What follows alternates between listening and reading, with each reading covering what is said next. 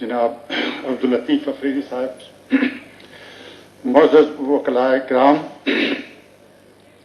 صحافی دوستو، civil society کے دوستو، سب سے پہلے میں سپریم کورٹ بار ایسوسی ایشن کو مبارکباد دینا چاہتا ہوں، جنہوں نے اس گھٹن کے ماحول میں آج کی تقریب کا اہتمام کیا ہے، اور ہمیں پتہ ہے کہ اس تقریب کو روکنے کے لیے رات کو بھی شب خون پڑا ہے، لیکن میں آپ کو مبارکباد دوں، آپ لوگوں نے شب خون کو ناکام بنایا ہے۔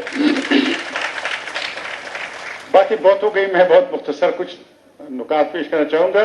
میرے خیال میں میری تجویز ہے کہ ذرا ہمارے مکالمے میں آسانی ہوگی اگر ہم اصطلاحوں کے بارے میں تھوڑا سا فیصلہ کر لیں۔ بس یہاں کہا گیا ہائیبرڈ نظام، یہاں کہا گیا اتھارٹیرینزم، یہ سب ٹھیک ہے، یہ خصوصیات اس نظام میں ہیں، لیکن حقیقت یہ ہے کہ ضیاء الحق کے بعد جو ہائیبرڈ نظام چلتا رہا تھا، کنٹرول ڈیموکریسی کے چل رہا تھا، 2014 سے جو ایک کودٹا شروع ہوا ہے، اس کے بعد یہ ہائیبرڈ نہیں رہا، یہ ان اناؤنس مارشل لا ہے۔ اس کو اگر ہم بات نہیں کریں گے تو پھر ہم درست طور پہ سمجھیں گے نہیں اور ایک دوسرے کے کمیونیکیٹ نہیں کر سکیں گے۔ یہ مارشل لا ہے، 4 مارشل لا اناؤنس تھے ریگولر، یہ 5واں ان اناؤنس مارشل لا ہے۔ یہ ان ریگولر مارشل لاؤں سے زیادہ خطرناک ہے، کیونکہ وہ تو کہتے تھے کہ سسپینڈ ہو گئے انسٹیٹیوشن، کانسٹیٹیوشن سسپینڈ ہو گیا ہے، یہ اداروں کی مٹی پلید کر رہے ہیں، ان کی بنیادیں نکال رہے ہیں، فیڈریشن کو جڑ سے اکھاڑ رہے ہیں، پارلیمنٹ کا کیا حال ہے، جوڈیشری کا کیا حال ہے، ایگزیکٹو کا کیا حال ہے، جو اسٹیٹ کے انسٹیٹیوشن ہیں اور مقتدر قوتیں، کون سی مقتدر قوتیں؟ یہ میں حیران رہ جاتا ہوں، مقتدر قوتیں، مقتدر تو خداوند تعالیٰ ہے کائنات میں، اور یہاں زمین پہ انسان ہے، 22 کروڑ عوام کا ملک ہے، وہ مقتدر ہیں۔ یہ سرکاری ملازمین جو غاصب ہیں، یوزرپرس ہیں، آپ ان کو مقتدر کہتے ہیں۔ یہ ان کی 7 لاکھ لوگ بندوقوں کے ساتھ ہیں، اگر یہ مقتدر ہیں تو خدا نخواستہ کل 1 ملین باہر سے آ جائیں گے بندوقوں کے ساتھ، پھر ہم کہیں گے وہ مقتدر ہیں۔ یہ نہیں ہوتے مقتدر، یہ تو غاصب ہیں، اور میں سمجھتا ہوں غاصبوں کو پروسیکیوٹ کرنا چاہیے۔ ہم یہ قانون والے لوگ بیٹھے ہوئے ہیں، مشرف کے خلاف مقدمہ درست چلا ہے، میں سمجھتا ہوں کہ مسلم لیگ نون نے بہت صحیح طور پہ اس کو خلاف مقدمہ شروع کیا اور بہت اچھا ہوا ہے، اور میں سمجھتا ہوں اس پر عمل درآمد ہونا چاہیے، اور اسی طرح سے اور مقدمے بھی چلنے چاہیے۔ تو یہ مارشل لا ہے، اور اس کے نتیجے میں آپ دیکھ رہے ہیں کہ کیا ہو رہا ہے ملک میں۔ اب دیکھیں بلوچستان میں خون ریزی ہو رہی ہے، کوئی نہیں کہتا۔ آپ کہتے ہیں افغانستان میں سیاسی حل کریں طالبان کو شامل کر کے، لیکن بلوچستان میں ہم سیاسی حل نہیں کریں گے، خون ریزی کریں گے، فوجی حل۔ اب دیکھیں جو فاٹا کے علاقے مرج ہوئے ہیں، وہاں اس پہ مارشل لا ہے، فوج وہاں حکومت کر رہی ہے، کوئی سول حکومت نہیں ہے، فوج پولیس کی جگہ ریڈ کرتی ہے، سڑکوں پہ کھڑی ہے، اور ایکشن ان ایڈ دیکھیں نا، فاٹا میں تھا action in aid of civil power regulation, ہمارا یہ خیال تھا کہ یہ شامل ہو گئے صوبے میں تو یہ ریگولیشن وہاں ختم ہو گیا، اور ہائی کورٹ نے یہی کہا، پشاور ہائی کورٹ نے کہا، لیکن انہوں نے جناب پورے صوبے پہ یہ لگا دیا ہے، پورے صوبے پہ ایکشن یہ، یعنی آپ اندازہ لگائیں پشتونوں نے آزادی کی جدوجہد 1921 میں شروع کی تھی، 2021، 100 سال کے بعد ہم واپس چلے گئے ہیں جو ایڈورڈ اور کننگم کا دور تھا، ہماری واپس آ گیا ایکشن یہ، یعنی فاٹا ہمارے صوبے میں مرج نہیں ہوا، ہمارا صوبہ فاٹا میں مرج ہو گیا، ریورس مرجر۔ اور آج جو جانی خیل کا دھرنا بیٹھا ہوا ہے، ہم فلسطین کی بات کریں، بہت اچھی بات ہے، وہاں ظلم ہو رہا ہے، ہم اس کے خلاف ہیں، کشمیر میں ہے، ہم اس کے خلاف ہیں، لیکن یہ جو جانی خیل میں لوگ لاش کے ساتھ بیٹھے ہوئے ہیں، یہ کون ہیں؟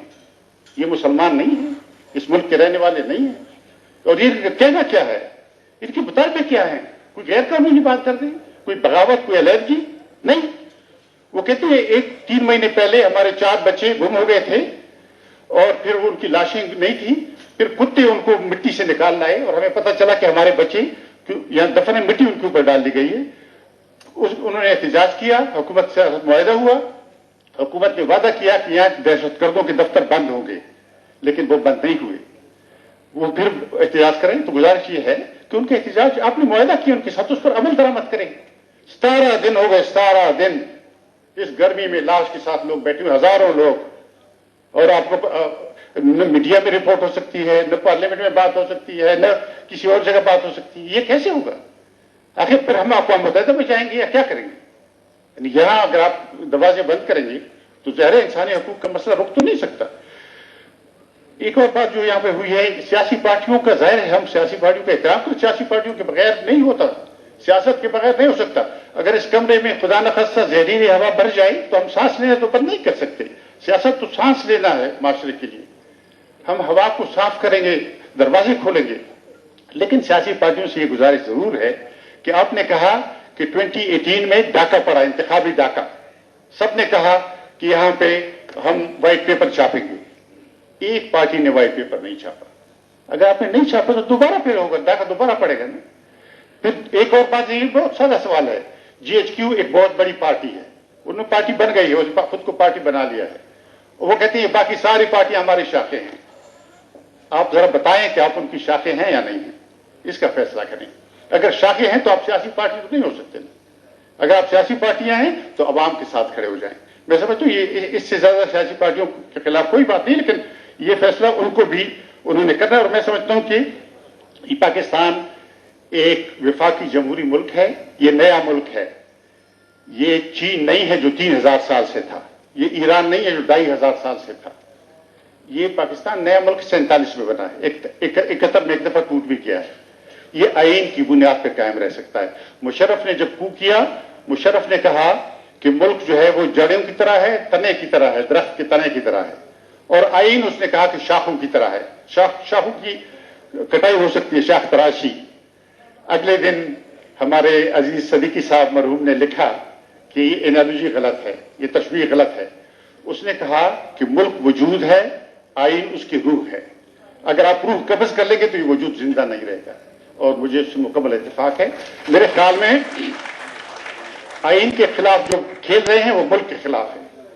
کیونکہ یہ کوئی راجواڑہ تو نہیں ہے کہ یہاں ایک راجا کوئی دیر کا نواب یا سوات کا نواب یا فلاں جگہ کا نواب اٹھ کے ڈنڈا اٹھا کے، یہ راجواڑہ نہیں ہے. یہ 22 کروڑ لوگوں کا ملک ہے. پنجابی، بلوچ، پشتون، سندھی، سرائکی، ان کا ملک ہے. آپ یہ تو ایک ڈنڈے سے آپ اس کو نہیں رکھ سکتے. تو گزارش یہ ہے کہ اس میں آپ آئین کی بحالی کریں. اور اعلان اسلام آباد میں میری تجویز یہ ہے کہ اعلان اسلام آباد میں یہ ہو کہ انیناؤنس مارشل لا کا خاتمہ، اور جو آزاد عدلیہ میں جو آزاد جج ہیں ان کے خلاف جو کچھ ہو رہا ہے، جو آپ اس سے پہلے بات ہوئی ہے، میں اس میں نہیں جانا چاہتا، لیکن میں سمجھتا ہوں ہمیں ججوں کے ساتھ، آزاد ججوں کے ساتھ کھڑے ہونا چاہیے اور ان کا ساتھ دینا چاہیے. اور ایسا اعلان ہمیں کرنا چاہیے کہ ایک آئینی وفاقی جمہوری نظام جو پاکستان کا ہے وہ بحال ہو اور ملک جو ہے پٹری پہ دوبارہ واپس آ جائے جیسے اس کو اتارا گیا تھا. میں اپنی بات سعید لدھیانوی کے اس شعر پہ ختم کرنا چاہوں گا کیونکہ بہت مشکل حالات ہیں. انہوں نے کہا تھا کہ آؤ کہ کوئی خواب بنے کل کے واسطے، آؤ کہ کوئی خواب بنے کل کے واسطے، ورنہ یہ رات آج کے تاریخ دور کی، ورنہ یہ رات آج کے تاریخ دور کی، دس لے گی جان و دل کو کچھ ایسے کہ جان و دل، تا عمر پھر نہ کوئی ہنسی خواب بن سکے. شکریہ. اب میں دعوت خطاب دوں گا محسن داوڑ صاحب کو. انہوں نے گارنٹی دی ہے کہ میں